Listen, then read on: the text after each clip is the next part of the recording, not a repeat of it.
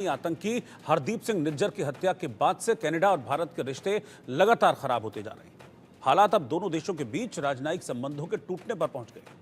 Canada लगातार भारत पर झूठे बेबुनियाद आरोप लगाता जा रहा है। मंगलवार को फिर से कनाडा ने भारत पर आरोप लगाए। कनाडा ने खालिस्तानी आतंकी निज्जर की हत्या का आरोप भारत पर लगाया और भारत हर बार कनाडा के आरोपों को बेबुनियाद बताकर आरोपों के सबूत मांगता रहा, लेकिन कनाडा ने कभी भी एक बार भी एक भी सबूत नहीं दिया। 3 दिन पहले ही कनाडा ने भारतीय हाई कमिश्नर और दूसरे डिप्लोमेट्स पर संदिग्ध आरोप लगाते हुए भारत को चिट्ठी लिखी, जिसके बाद भारत ने झूठे आरोपों को लेकर कड़ा एतराज जाहिर किया और हाई कमिश्नर के साथ ही बाकी अपने जो डिप्लोमेट्स हैं कनाडा में उन्हें वापस भारत बुला लिया और साथ ही कनाडा के 6 डिप्लोमेट्स को निष्कासित कर दिया गया। कनाडा के पीएम जस्टिन ट्रूडो का कहना है कि उन्होंने 5 आइज देशों से रिपोर्ट साझा की है।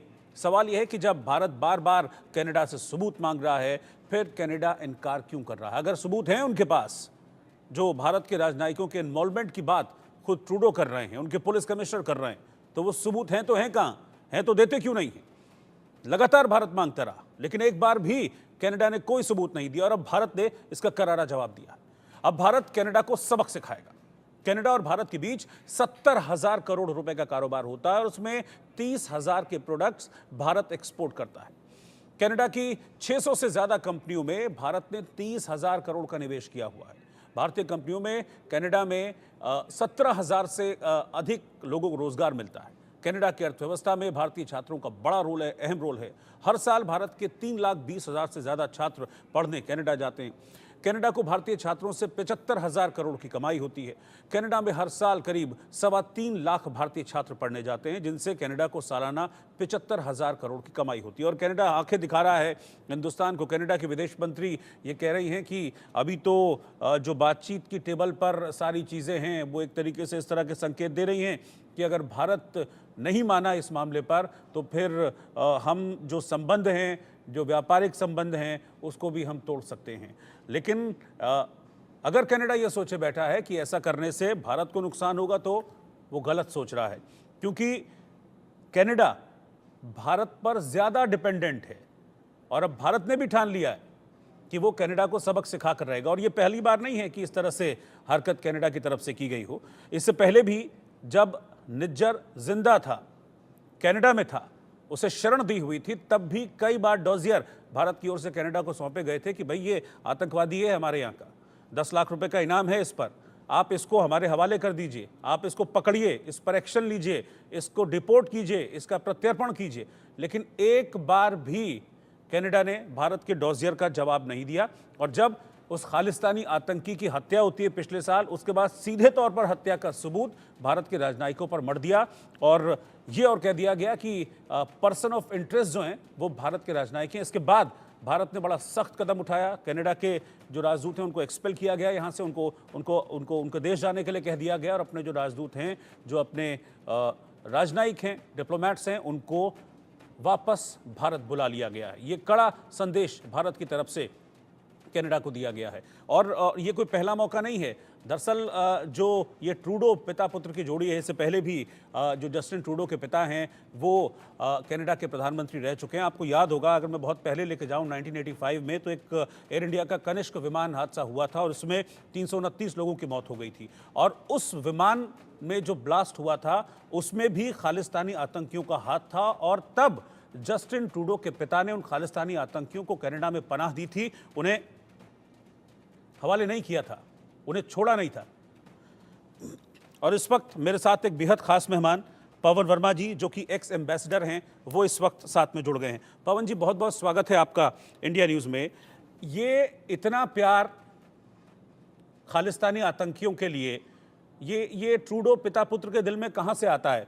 पहले ट्रूडो के पिता भी यही कर चुके हैं 1985 में जब कनिष्क विमान हादसा हुआ था, और अब ट्रूडो भी यही कर रहे हैं, जस्टिन ट्रूडो भी यही कर रहे हैं। एक खालिस्तानी आतंकी की हत्या होती है, आपके पास कोई सबूत नहीं है, आपके पास कुछ नहीं है, आप और आपकी पुलिस सीधा भारत के राजनयिकों पर आरोप लगाते हैं और कहते हैं पर्सन ऑफ इंटरेस्ट ही है।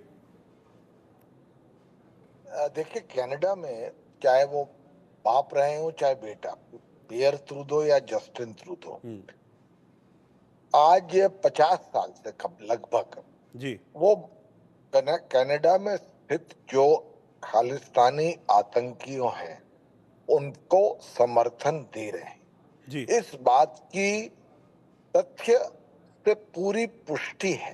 हम्म।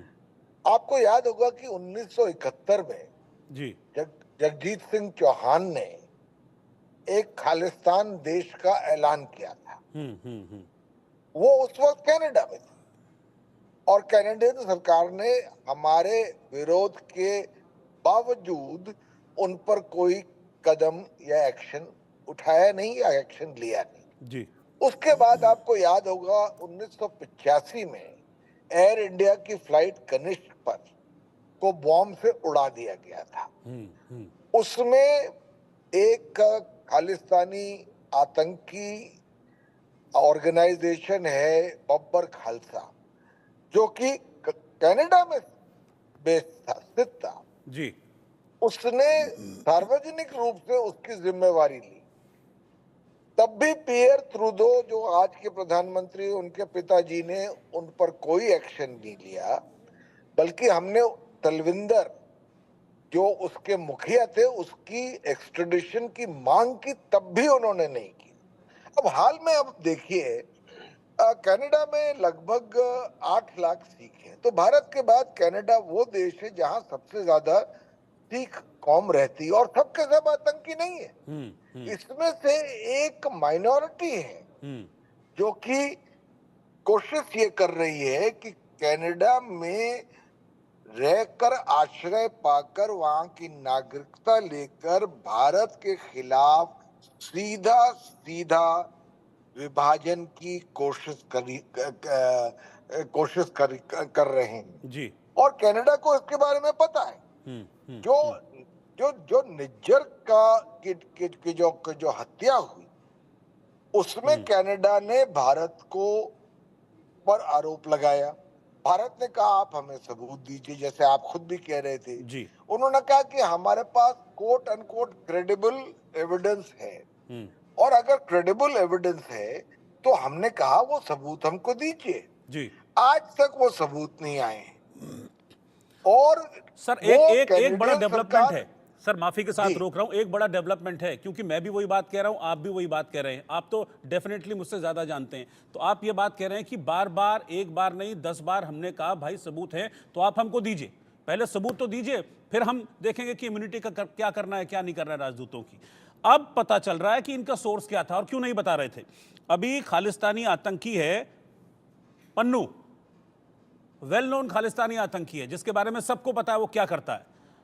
उसने कनाडा के एक टीवी को इंटरव्यू दिया है और वो कह रहा है कि I shared information against India with Canada PMO and that too I am doing from past 2 to 3 years। और वो ये कह रहा है कि इंडियन हाई कमिश्नर के बारे में मैं जानकारी दे रहा हूं। तो मुझे लगता है ये सोर्स है, इसलिए शायद ट्रूडो नहीं बता रहे हैं, वो सामने टीवी पे आके अगर स्वीकार कर रहा है ये। अगर ये सोर्स है और पन्नू वो सोर्स है, तो आप समझ सकते हैं कि उसकी अहमियत या महत्व क्या है। वो तो खुद संदिग्ध है, पन्नू। और ये कनेडियन पुलिस अच्छी तरह जानती है कि इन खालिस्तानियों ग्रुप में कनाडा में अंतरीय राइवलरी है, मुकाबला है, विरोध है, और उसमें कई लोगों की जान अलग अलग गुट से जा चुकी है। तो निज्जर भी लगता है उसी का शिकार थे। उनका एक वहां बड़ा मसला चल रहा था, एक गुरुद्वारा के कंट्रोल के लिए एक दूसरे गुट के साथ। और अब आरोप लगाना भारत पे, कोई सबूत नहीं देना। और सबसे बड़ी बात है जो ये अब कदम उठाया है, जहां हाई कमिश्नर ऑफ इंडिया को, जो भारतीय राष्ट्रपति के वहां पर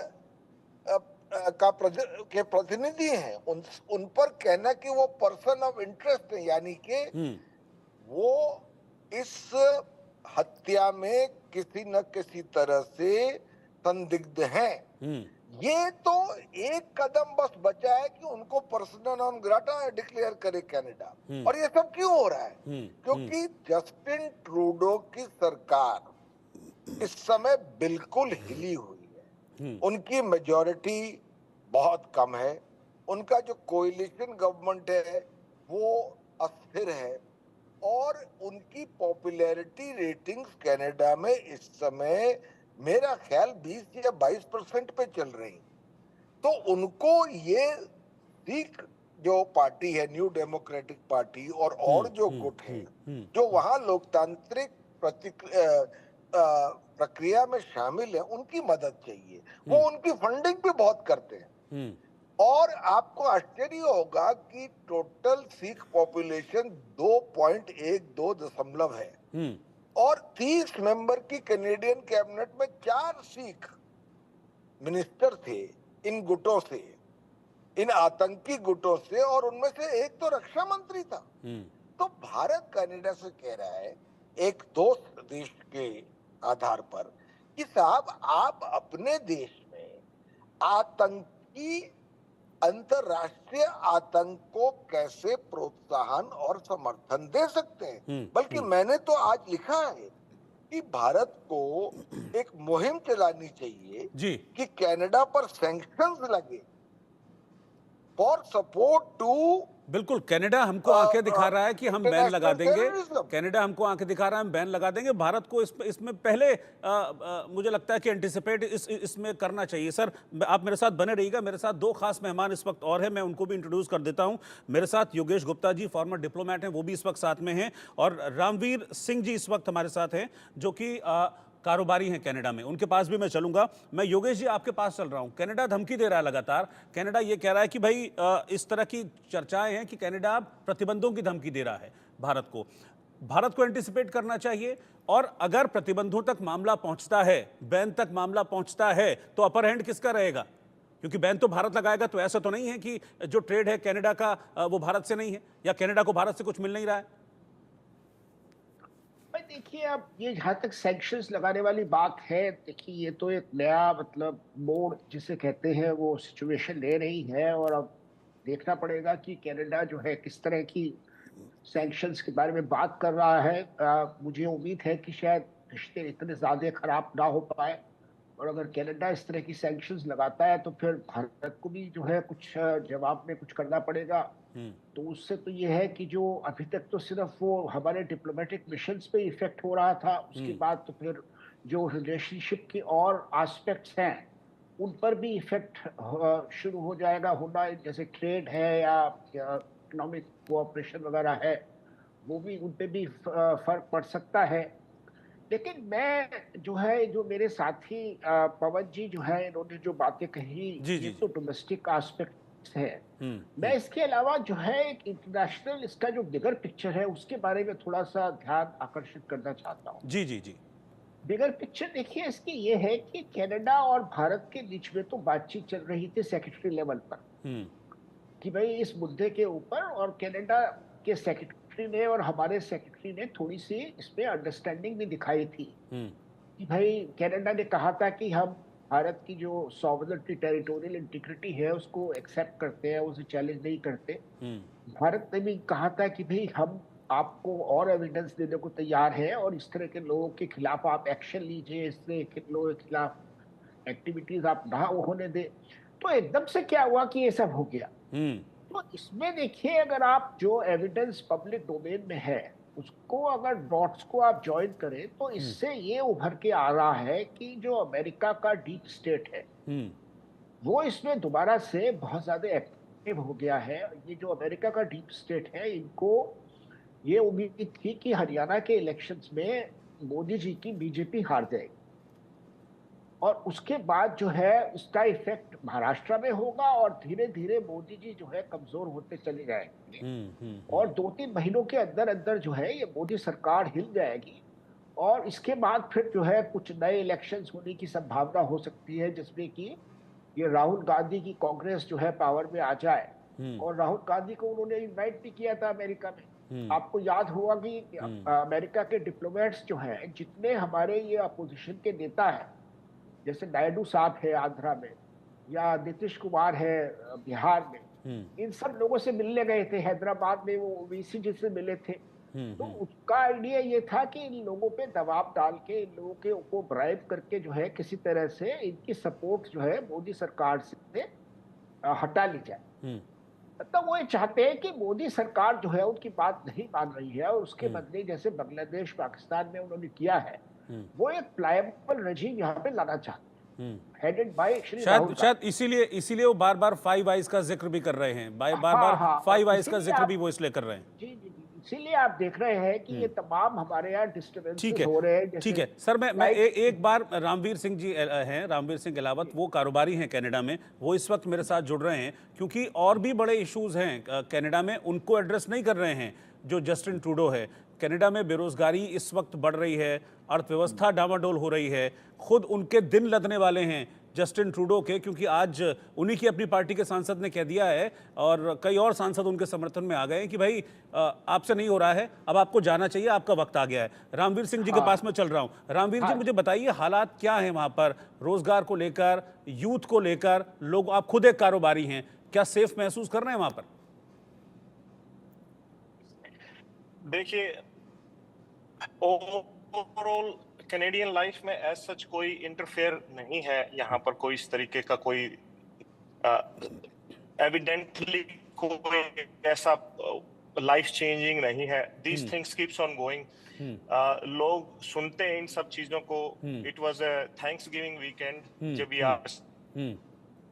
स्पीच आउट किया, उन्होंने कुछ जो अपना जो भी विजन होंगे वो अचीव करने की कोशिश की ताकि लोग उन तक पहुंच पाए। लोगों की जिंदगी में ज्यादा फर्क नहीं है। Overall life is good here, कोई ऐसा पर्सनल लेवल पे कोई नहीं है। बट हाँ, इंडियंस जो पीछे से जो इंडो कैनेडियंस हैं वो एंग्शियस जरूर होंगे इस न्यूज को लेके, because it was a big news for everyone to hear it out and nobody wants these serious like tensions between Canada and India. Overall लोग जो देख रहे हैं वो यही देख रहे हैं कि it could be political stunt from Justin Trudeau. It could be also because they are in coalition government, so it could be pressure from NDP, Jagmeet Singh. Everybody understand that they have strong ties with the pro-Khalistani people here. And as Pawan ji ने अभी बोला कि उनकी जो अभी Justin Trudeau की जो favourite जो लाइनेज है वो है नहीं यहाँ पर। तो I think these are political stunts. They are trying to keep stay, और आई वुड से जितना हो सके पॉसिबल लोगों की नजर में बने रहें, एक यही विजन मुझे दिखाई दे रहा है इससे। ठीक है, अब इतना ही वक्त था मेरे पास इस चर्चा के लिए, लेकिन इस चर्चा का जो निचोड़ है वो उसको दो लाइन में कह के मैं इस डिबेट को खत्म कर रहा हूं।